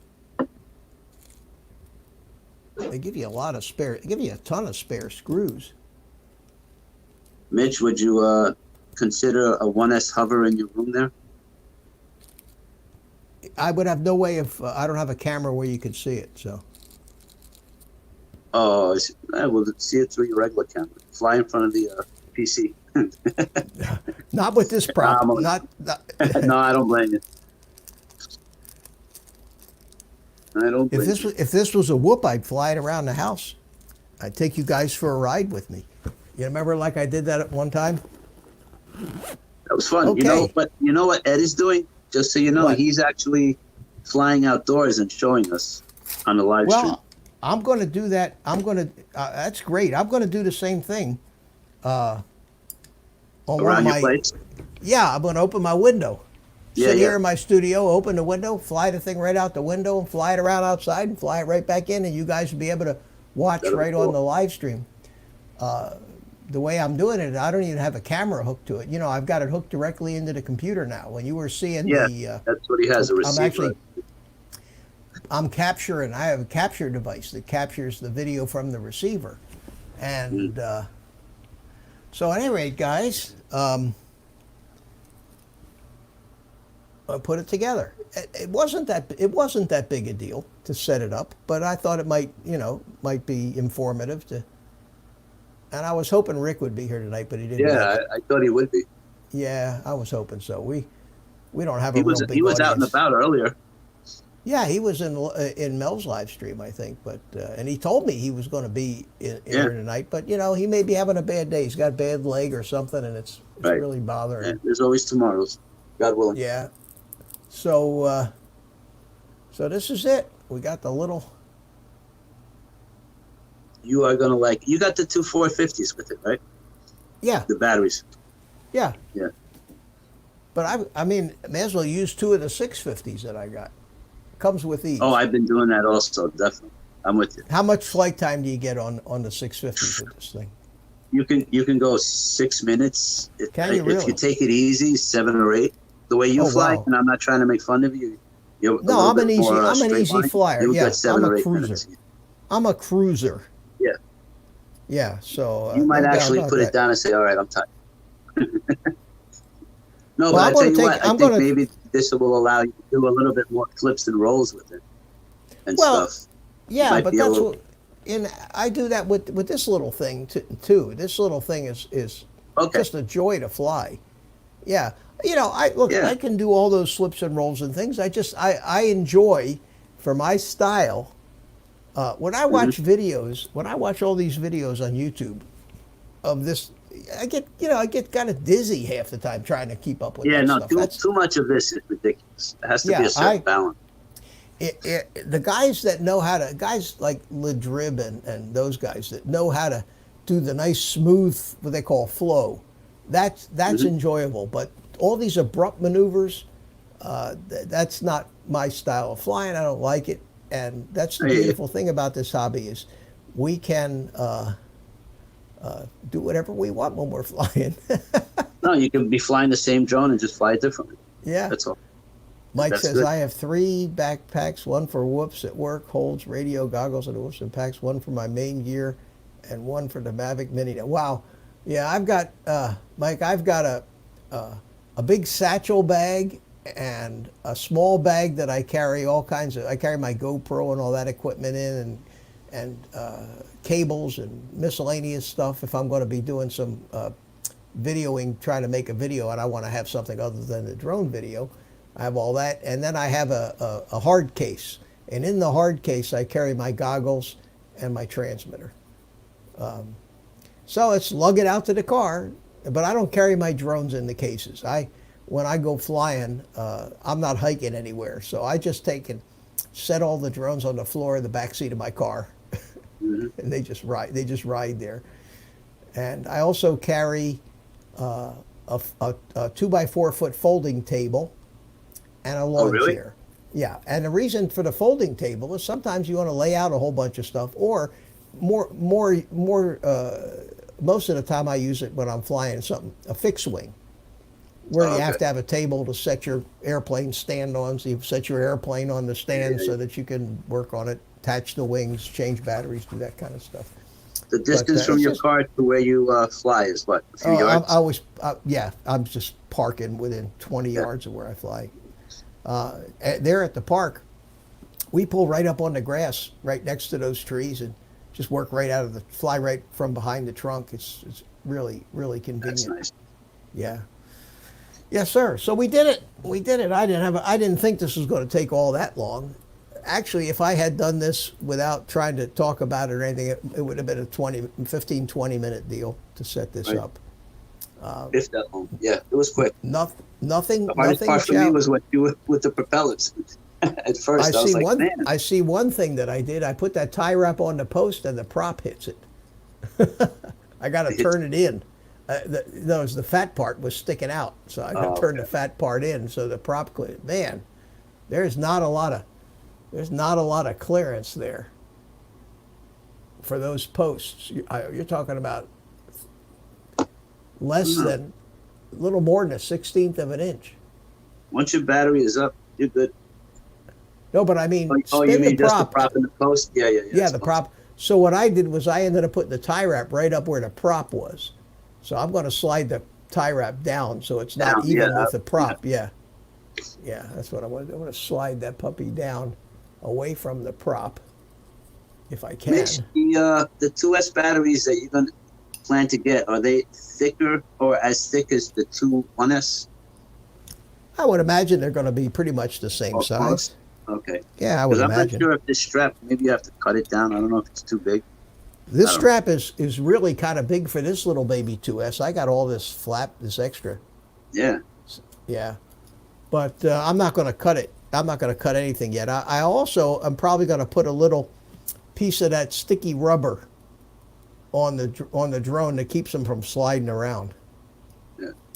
Yeah, that's just put a I don't small think the piece batteries of it. are heavy enough to pull out of the XT30 or even this. No, but you don't want them sliding, and there's nothing inside this strap that has any rubber or anything. Oh yeah, I landed once and the 2 batteries got into the camera. Yeah, they just slide right out. So just a small piece of that sticky rubber under the battery will keep it from sliding. I think I'm going to do that. I have a whole sheet of that stuff. But no, it's pretty neat little drone. I wish it had a 200 milliwatt transmitter on it, like the new Tinyhawk does. Yeah. But he made a good point. They might come out with a new one, a Freestyle. Well, too. you can upgrade. You can put a bigger VTX in it. These guys have who was it? Justin Davis. Drone Camps. He went ahead and he upgraded it with a new VTX, a better camera. For me, why bother? This is what it is. I was just going to say the same thing. So it's $110 drone. If you gone ahead and upgraded all that stuff, then you'd have to upgrade the receiver and so you could get more range out of it. Otherwise, you'd fail safe, you know. Right. So I'm not going to do anything to it. I'm going to do this, and the only thing I might do is just change this out for a XT30 connector on it. That's it. Other than that, it is what it is. The camera doesn't look bad. You saw what the picture looked like. I showed you that. They say that they went with these JSTs because everybody has the Tinyhawk batteries already. So. Exactly, and that's a good reason to use two, because I got plenty of those. These 650s. I got a handful of these things, you know, oh, look at you got a ton of them. I like my batteries. Let me see how. Let me put a couple of them in here and see. So you basically put them in with the wires pointing up, right? Yeah. So you slide them in up on their side with the wires pointing up. The battery strap is still, to be honest with you, you have so much flight time. You have so much flight time that you can plug the batteries into the connector and then strap them in. I'll tell you what, that's how it looks with those batteries. That's probably the best way to go. Yeah, standing up. Because you got 650, so you take out the little adapter, which that's the way I fly, just the way you have it set up. I'll give you. Take me 3 minutes to lose this thing. Just keep it in that case. I was going to say you have to find a place to put this. Like in a big plastic bag or something, so you know. Yeah. Because the good news is you can make one real easily. Just cut the leads off an old battery, solder them together, you know. Okay, let's open the case up.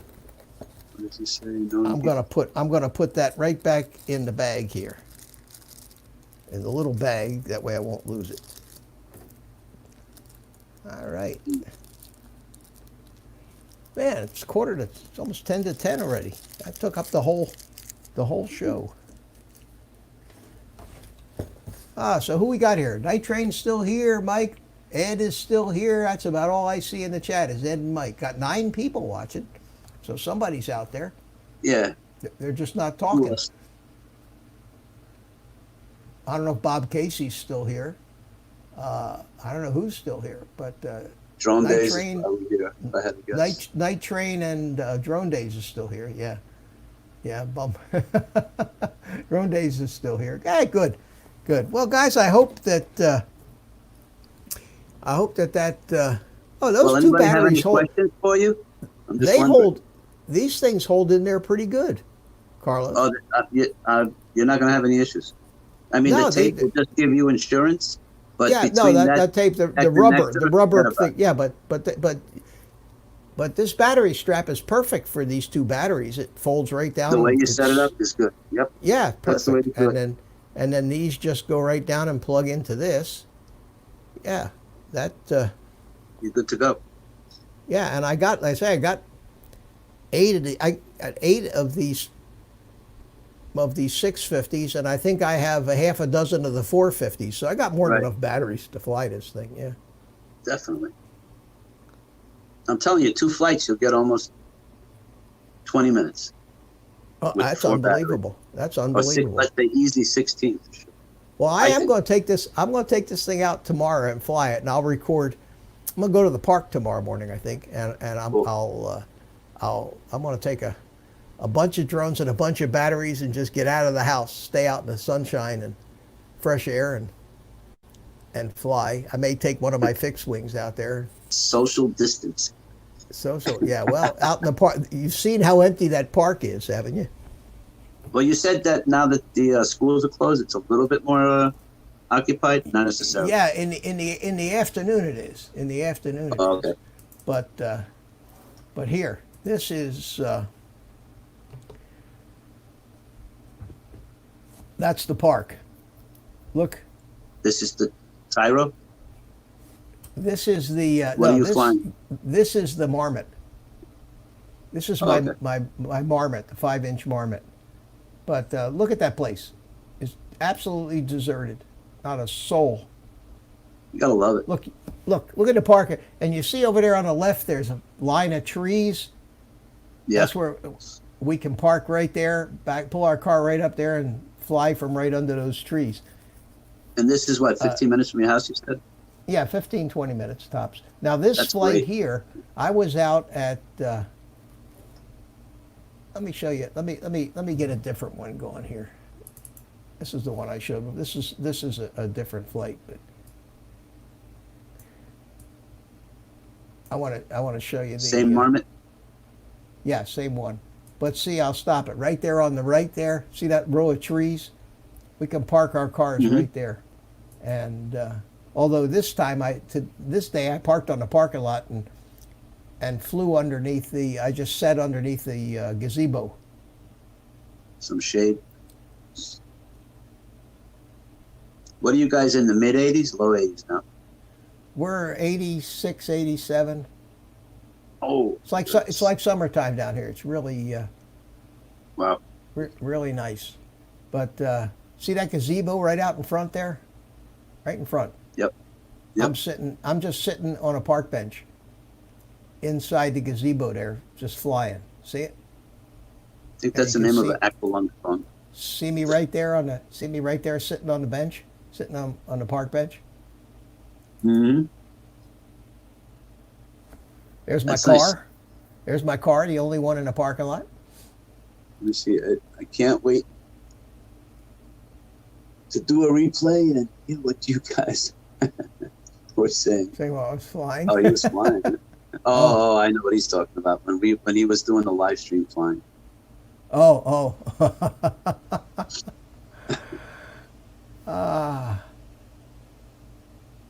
That's cool.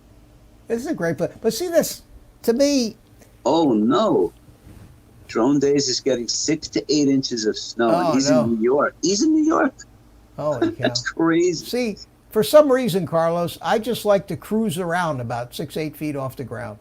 You know? Well, I'm with you. I mean, I have my moments when I do that because I also don't want to crash.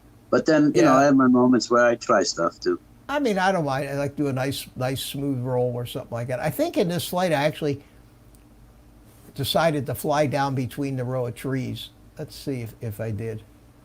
I want to see some double rolls, double flip. I know. backflip. Okay, here, watch this. Right through There here. you go. There you go. Boom, hit a branch. That's all right. Made it through it. You did good. I don't have any trouble doing that kind of stuff. I just now this is one of my most expensive quads right here. Ah, The that's Marmot. the caddy. This thing That's has Armaton, right? the Marmot's got the DJI system in it. It's got the Oh. Kakute F7 controller with the Teco 32 ESCs, which is a $125 controller board. It's got the GPS on it. I can see why you have a little. It's got the Zing, the big Zing motors, not the economy ones, but the regular Zing motors. So titanium rods. And this thing here was the first flight that I flew after I installed Betaflight 4.1 with RPM filtering. And it was just smooth. I mean, there's no stabilization on this video, okay? This is how Is it smooth easy it to was. set up the whole DJI system, even if you bought that controller? Yeah, but you don't need their controller. Here, Right. see this? Now I decided, okay, I'm going to get brave and just fly right down this row of trees here. Oh, that's like 30, 40 feet between us. I know, but you know, Piece of cake for you. look at that. Cool. That looks huh? actually like a runway, like you're hitting the I runway. know, doesn't it? I like that. That's a great view. That's cool. Have you ever flown at night? I have never. No. Me either. There's the gazebo. There's me, and there's the gazebo where I was. Mike says his Zing motors are very smooth. Oh, those motors are terrific. Bob Casey saying good night. Hey, good night, Bob. Thanks for coming in, man. Thanks for hanging around through this thing. Here's the landing, I think. You do We'll the land landing? the drone. What's that? You do the landing on your own, right? Of course. You don't do any This doesn't- stable or whatever mode? Or, No, I'm in acro mode. yeah. Yeah, I just Wow, look wanted at to that get sun. You just see it beaming down. wanted to get somewhere close to me. That looks further was a away than great it was. landing. That was only about 10 feet away from me. Yeah. That was a good landing. Yeah, I can fly these things. I'm not a real whiz bang yet, but I can fly them. And if I push myself, I can do most anything. I can dive trees and stuff like that. I just like to I get lost in this DJI goggles. The view is so Oh, no, good. it's great. Yeah. It's so good. Now here, I want to show you something, Carlos. You see this flight here?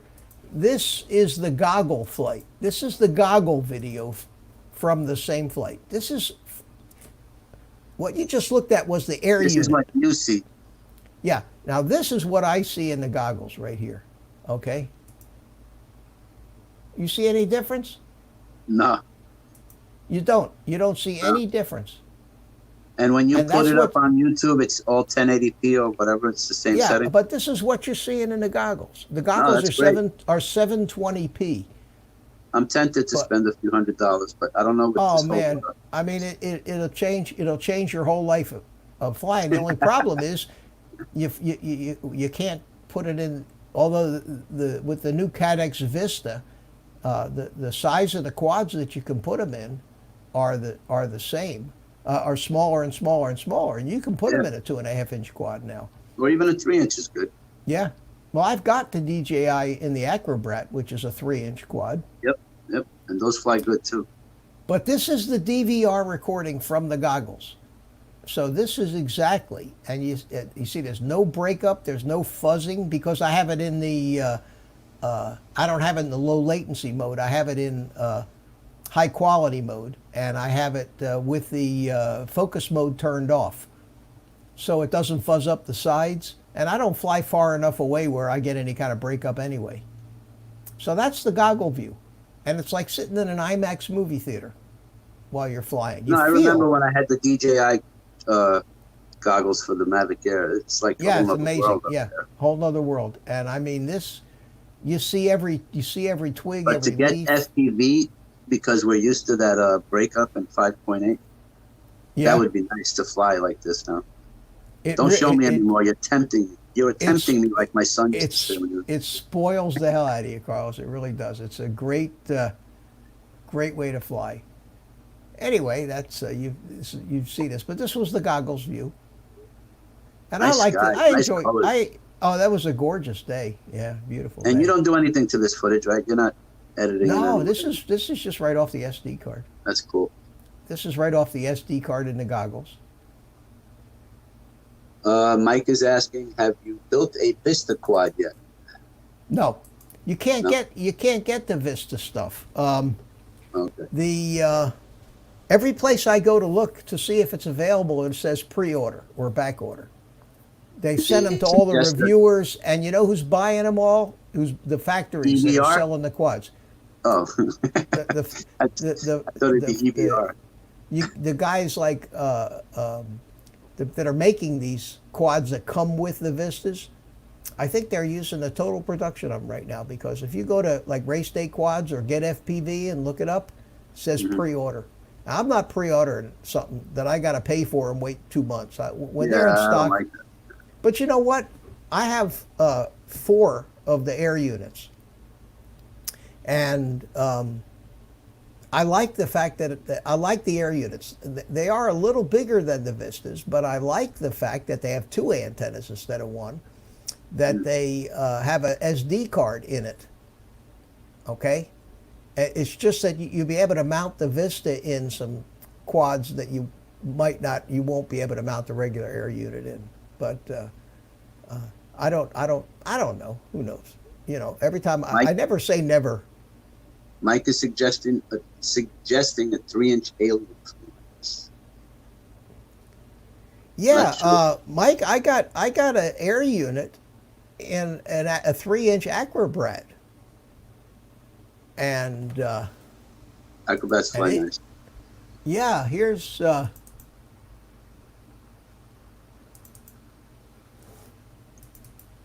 This is the Acrobrat with the DJI in it. Looks the same. It looks the same as Yeah, as you the can't tell Marmot. one from the other. Yeah, and that's a fast little quad too. I mean, that little 3-inch Acrobrat goes like crazy. You angle the camera, it'll go fast. Yeah, but I mean, look, there it does a nice smooth roll. But that's the DJI air unit in the Acrobrat. Now I had to do a little fixing up, moving the stacks around and everything else to make it all fit in there. But not only does it have the air unit in there, it's also got GPS rescue too. So, and it's got the R9 receiver, long range receiver. So I mean it's got everything. It's got everything in this 3-inch Acrobrat, and I fly it with a 1300 milliamp 4S battery too. So you stay up there forever. No, it doesn't, because it's heavy, and Oh, you yeah, know, that's true. 5 minutes and it's out of battery. Believe it or not. No, 5 minutes is a long time. Yeah, but if I put a 1500 milliamp battery on that Marmot, I get 6 Yeah. minutes out of it. Yeah, Wow. 6-minute flight. Yeah, very efficient. The motors, too. Yeah, this has got the little 1507 GEP RC motors in it. And this quad has got the F7 Mamba mini flight stack in it. But it zips right along. Yeah, you can't tell 3-inch from 5-inch. Not when you're flying. In fact, Nope. the goggles video of that little Ooh, flying over water. living dangerously, man. This I like that one. here, this is not DJI, but this is that little Tyro89. Okay. It's that little teeny quad. And I mean, this was my first flight with that quad. But when you're looking through the goggles, it looks and feels the same. Yep. Look at, I mean, this thing is just There he goes. There he goes. just as fun as can be. But this only, at this point, I only had the 25 milliwatt transmitter in it. Mm-hmm. And you remember last week I put the 350 milliwatt little Rush Have you blown it tank. since then? No, I haven't. I've been Tomorrow. flying some of the other stuff, but I'm going to take it out. Yeah, I want to take it out tomorrow. I'm going to take the new little Tinyhawk out tomorrow, and it'll be tiny quad day, I think. Are your batteries already charged for the Tinyhawk? at least? I'll have them. Yeah, I have most of them charged. I'll charge them all up, Yeah. before I go. But you see, I'm losing the video feed on this at 25 milliwatts when it's coming towards me. But it flew very smooth and very stable. Some of these things are just meant for, like, right close by. Yeah. Fly and have fun. Had plenty of power. I was flying it with a 650 milliamp 3S. I have quite a few of those. Yeah, it's pretty cool. At any rate, that Concludes your show? that'll about do it, I think. Yeah. All right, guys. I think we're going to call it a night here. It's 10 o'clock and did a couple hours. I think I see between night trains. Skies took my drone. Showed up. Hey, how you doing? Good. I don't see anybody else new. Drone days. Anyway, all you guys, thanks a lot for coming in. You know, always I appreciate think it. I and gave hope- Art the first half. That's why I waited a little while. Less distractions. What's I that? waited a little while before I came in. I figured less distraction. I let Art play for a little while. Oh, that's okay. Good, Ed. I'm glad you enjoyed it, and it's you always learned good something. to get. It's always I good to learned get something. together, and good. Good. And, I learned things too. And you can always refer. Come back and refer. And leave a like. I just hit number 9. Well, thank you. I don't worry too much about those things, but anyway, guys, thanks. All right, Mitch. Let me say goodnight. Thanks for coming in. To the world. Okay. And All God right, willing, buddy. are you going to do any in between during this whole Corona nonsense or no? You're not I really? don't think so. I No? I get 20 hours of free live streaming with StreamYard. Oh, okay. I use every bit of it with my 8 live got it. streams that I do. Okay. The one live stream I did where I actually built that Tyro89, I didn't use StreamYards. I streamed direct OBS. out of OBS, so that didn't count. But I didn't have guests either. That was a solo deal.